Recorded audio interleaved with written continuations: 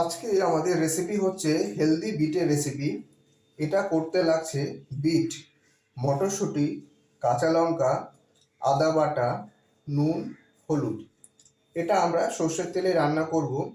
দেখুন, বিটগুলোকে আমরা গ্রেট করে নিয়েছি।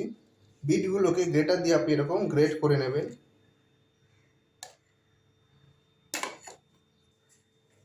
এবার চলুন আমরা রান্নাটা শুরু করি।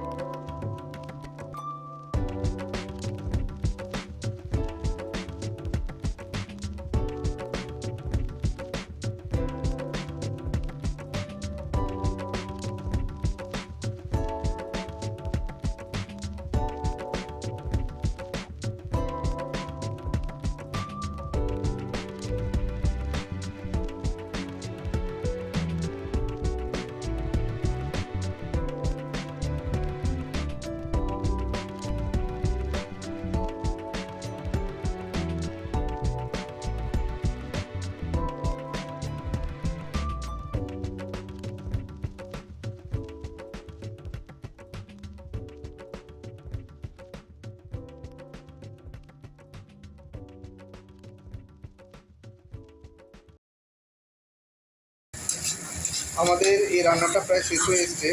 এবার আমরা একটা প্লেটে ঢেলে এটাকে সার্ভ করব।